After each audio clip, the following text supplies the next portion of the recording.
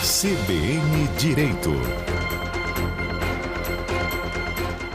Trazendo sempre informação e esclarecimento para você aqui dentro do Jornal CBN Campo Grande. No finalzinho do mês de fevereiro, o Tribunal Superior Eleitoral aprovou resoluções eleitorais com as regras para as eleições municipais de outubro a respeito da inteligência artificial.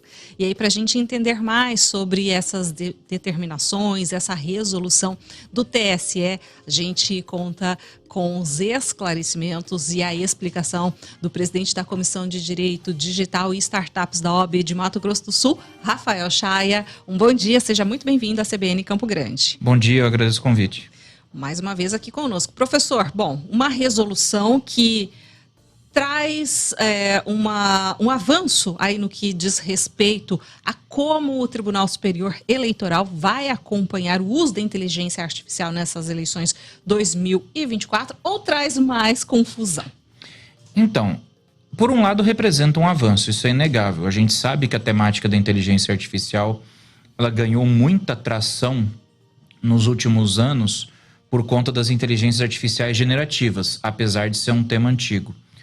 E o Tribunal Superior Eleitoral não podia ficar parado no tempo. Ele sabe precisava que precisava se posicionar. Pelo menos para criar um parâmetro judicial. Pelo menos para criar um parâmetro jurídico para você poder estabelecer sanções para o mau uso da ferramenta. Por outro lado, porém, e a gente precisa falar isso, já é unanimidade entre os especialistas que mesmo as disposições atuais sobre inteligência artificial não vão impedir o seu uso nas atuais eleições. Então a gente precisa estar atento a esse detalhe, porque ainda que o TSE regule a questão e vede a utilização de forma indevida, a gente vai ver isso acontecer de forma inevitável. Por exemplo, que tipo de punição está aí passível quem fizer o mau uso da inteligência artificial? Bem, pela normativa do TSE, isso pode representar até mesmo a cassação da chapa ou eventualmente do mandato, caso o candidato seja eleito. Então, assim, vai entrar como uma regra bem rigorosa. A gente tem que estar atento a esse detalhe. Tolerância zero, então. A tolerância é bem baixa, quase zero. Olha só, em relação a essa questão de se posicionar, é porque então traz a regulamentação dizendo que o tribunal está de olho, está atento na utilização da ferramenta. Sim, mas é aquilo que nós falamos. De fato, você não vai poder usar essa inteligência artificial na sua propaganda. Então, você não vai esperar ver uma montagem, um deepfake de voz, um deepfake de vídeo, por exemplo, na propaganda oficial ou no material oficial de campanha de alguém, ou numa publicação impulsionada pela campanha de algum candidato. Onde nós vamos acabar tendo de encarar esse material manipulado ainda vai ser em algumas redes sociais publicadas por terceiros, provavelmente serviços de mensageria, como WhatsApp, Telegram. Então, vai haver uma separação bem clara. O candidato que fizer o uso indevido, ele vai estar sujeito a sanções. Só que, muito provavelmente, quem vai utilizar esse material serão terceiros. Aí a gente precisa estar atento também para quê? Para a exclusão desse conteúdo. Perfeito. Então, vamos lá, professor. E presidente da Comissão de Direito Digital e Startups da OAB de Mato Grosso do Sul, Rafael Chaia. O conteúdo publicado por terceiro não terá repercussão para esta candidatura, mas sim apenas aquilo que a própria campanha ou a candidatura publicar. Sim, porque o candidato ele não pode ser responsável pelo que terceiros publicam. Senão até seria uma estratégia extremamente explorada, né?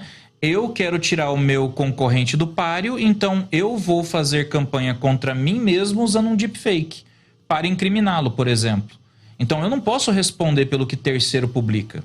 Quem vai ter um certo grau de responsabilidade, porém, são as próprias redes sociais. Porque também já foi estabelecido nessa resolução do TSE que os provedores de aplicação, para quem não sabe a expressão provedores de aplicação, ela se refere a serviços como Facebook, Google, Instagram, TikTok, entre outros. Eles serão responsáveis pelo que terceiro publica. E aí a situação pode se voltar contra eles. Ah, ok. E, no entanto, se o provedor ele é responsável, a gente não está falando aí de uma censura prévia? Ou essa não é a palavra mais adequada? Essa é uma situação bem delicada. Eu vou tentar explicar de uma forma bem simples. No momento, assim, é bom que você responsabilize uma rede social pelo que é publicado? Você pode pensar que sim, é bom. Só que vamos imaginar a seguinte situação. Você está concedendo uma espécie de poder de polícia para essa rede social. Porque se essa rede social passa a ser responsável pelo que é publicado, ela passa a escolher o que vai ser publicado. Porque ela não vai querer responder por qualquer coisa. O problema, porém, repousa na forma como isso vai ser feito. Porque vai ter que ser feito por meio de algoritmos. E aí nós temos um problema de enviesamento de algoritmos, de discriminação algorítmica. Porque o algoritmo ele não vai interpretar, por exemplo, contexto, ele vai usar palavras-chave. Se uma postagem sua, mesmo fora de contexto, mesmo que não seja uma postagem política, tiver uma determinada palavra que está banida, você muito provavelmente vai sofrer essa punição também. Porque não tem como você fazer a moderação manual. O volume de postagens que é feito em redes sociais todos os dias é muito grande. Então a moderação tem que ser automatizada. Então a gente corre um risco de ter sim algo que possa tentar contra a liberdade de expressão. Então a gente tem que ver com muita cautela isso. Eu não diria censura, mas eu diria que sim, é preciso haver muita cautela para que não se torne uma. Dentro desse contexto, né, o uso de robôs, os disparos automáticos, como é que essa resolução do TSE falando sobre inteligência artificial abarca também esse tipo de situação? Essa questão dos robôs e disparos automatizados já foi tratada nas últimas eleições e segue valendo para as atuais também, tá? Tem que ter muita cautela com essa questão do uso de programas de impulsionamento de mensagens automáticos. As publicações em redes sociais que sejam impulsionadas precisam informar o responsável pelo impulsionamento, quem é a coligação, de onde vieram os recursos para o impulsionamento. Aliás, é bem importante que a gente lembre que a Justiça Eleitoral ela está sendo extremamente rigorosa com essa questão da prestação de contas também. Então, se você vai, por exemplo, fazer um impulsionamento em rede social, se você vai, por exemplo, fazer uma postagem patrocinada, todas as informações têm que ser apresentadas de forma clara para que seja dito quem é o responsável por aquilo e de onde vieram os recursos. Porque isso pode se tornar um problema lá na frente para o candidato, mesmo depois de eleito. Olha só, importantíssimo, né? Em relação ao uso da deepfake, né? Como identificar, como que o eleitor pode desconfiar? O deepfake, ele é um... Explica primeiro o que é deepfake. Ele é um modelo de deep learning que permite a reconstrução digital tanto da imagem quanto da voz. Ele se popularizou muito nos últimos anos. No começo era muito fácil identificar um deepfake. O deepfake ele não piscava, por exemplo, você não tinha um sincronismo labial com a fala, você conseguia de fato identificar. Hoje não. O grande problema dos deepfakes é que como eles se tratam de um modelo de inteligência artificial, quanto mais utilizados, mais avançados eles se tornam. A melhor forma de você tentar identificar ainda é você tentar prestar atenção em algumas nuances da fala.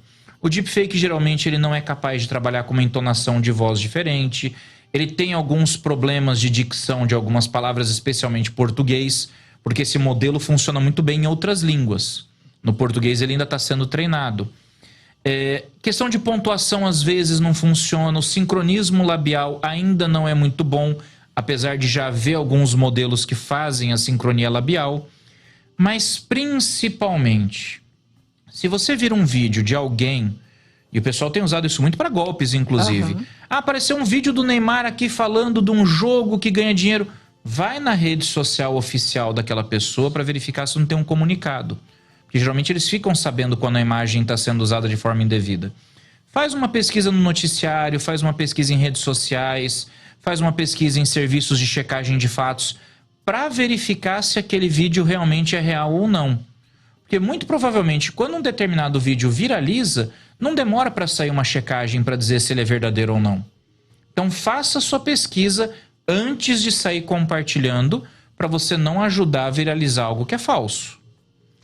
Para quem compartilhar informação, e aí nesse sentido falsa, existe punição? Existe algum tipo de alguma observação nesta regra do TSE para essas eleições? No TSE não, mas já existe consolidado há muito tempo já o entendimento de que cabe responsabilidade também para quem compartilha. Claro que o entendimento da responsabilidade para quem compartilha é quem esteja compartilhando de má fé, intencionalmente aquilo.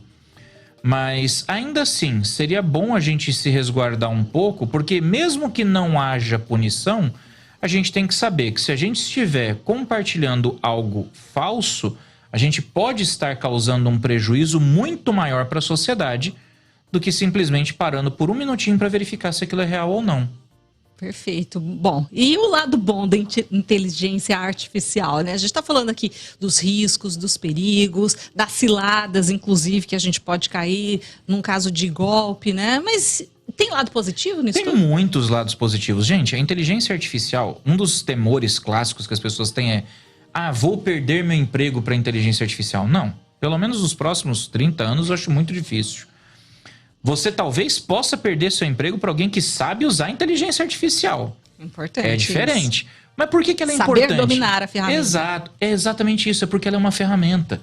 O principal objetivo da inteligência artificial é para ela poder facilitar a nossa rotina, para a gente fazer menos aquele trabalho, vamos dizer assim, braçal, e nos dar mais tempo para fazer o trabalho intelectual. Por exemplo, eu como advogado, se eu preciso analisar um contrato, eu preciso sentar e ler esse contrato. Eu vou levar 1 hora, 2 horas, 3 horas para analisar o documento e fazer todas as anotações que eu quero. Hoje eu posso usar uma inteligência artificial que vai fazer a análise desse contrato para mim.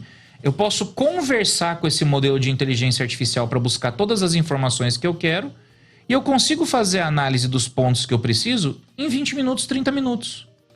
Quer dizer, ganhei 2, 3 horas no meu dia que eu posso usar para quê? Para fazer o parecer, para fazer a petição, para fazer o pedido. Então, o objetivo da inteligência artificial é facilitar a nossa vida. Ela não vem para nos substituir. A gente tem que agregá-la na nossa rotina para ela facilitar o nosso trabalho. E é isso que o pessoal ainda não entendeu. O pessoal acha que vai substituir, quer usar como Google. E não é. Ela é algo que vem para agregar, para facilitar a nossa vida. Bom, então, inclusive como analista, como estudioso da área, o que a gente pode tirar disso? Professor Rafael Chaia, presidente da Comissão de Direito Digital e Startup da OAB de Mato Grosso do Sul. A inteligência artificial, embora seja uma ferramenta tecnológica à disposição aí de transcrição de áudio, linguagem de sinais e uma porção de coisas, não substitui o cérebro humano. Não, jamais. Para você poder chegar num status de uma inteligência artificial autossupervisionada capaz de um processo criativo, nós estamos muito distantes ainda. A gente fala assim, mas o ChatGPT faz texto, o Midjourney ele faz imagens. Ele não está criando nada, ele está usando modelos pré-estabelecidos para derivar algo a partir daquilo. Então ela é muito mais derivativa do que generativa. Se você pedir para ela criar algo completamente novo, completamente inédito, ela não consegue. Ela não tem a capacidade de criação humana. Pelo menos não ainda. E eu não tenho um vislumbre de que isso vai acontecer, pelo menos não a curto prazo. Bom, tirando todo esse aspecto, né, tanto positivo e negativo, o que fica para os candidatos e as campanhas que já estão aí com muita intensidade, né, ou pelo menos os seus bastidores fervendo cada vez mais para as eleições de 2024. O que eles precisam ficar atentos? A gente diz o seguinte, vocês podem usar inteligência artificial na campanha? Claro que pode. Mas façam o bom uso da inteligência artificial. Eu queria uma imagem bonita para poder colocar de fundo aqui, de repente, num banner, etc. Você pode usar uma inteligência artificial para fazer essa imagem. Eu queria um texto que tivesse um apelo emocional. Você pode usar a inteligência artificial para isso. O que o TSE está trazendo é que você não pode fazer o mau uso da ferramenta. E a gente tem que lembrar que é isso que a inteligência artificial é. Ela é uma ferramenta. E assim como a própria internet, ela é uma ferramenta com potencial para o bem e para o mal. A gente não pode demonizar a ferramenta, a gente não pode criminalizar a ferramenta. A gente tem que saber que ela é uma ferramenta que tem potencial para construir coisas boas e coisas ruins. Aí cabe a responsabilização daquele que desviar a finalidade da ferramenta. Quem fizer um mau uso deverá responder por isso. Simples assim. Perfeito. Bom, a gente segue acompanhando, porque isso na prática a gente deve ver mais intensamente quando de fato as campanhas estiverem funcionando, né? E como o TSE também vai se posicionar fazendo o uso desta regulamentação, né? E a gente, é claro, vai sempre contar aqui com a gentileza do presidente da Comissão de Direito Digital e Startups da OAB de Mato Grosso do Sul, Rafael Chaia, a quem eu agradeço a gentileza de mais uma vez atender a CBN Campo Grande. É isso, eu fico à disposição. A gente vai fazer um intervalinho e volta já.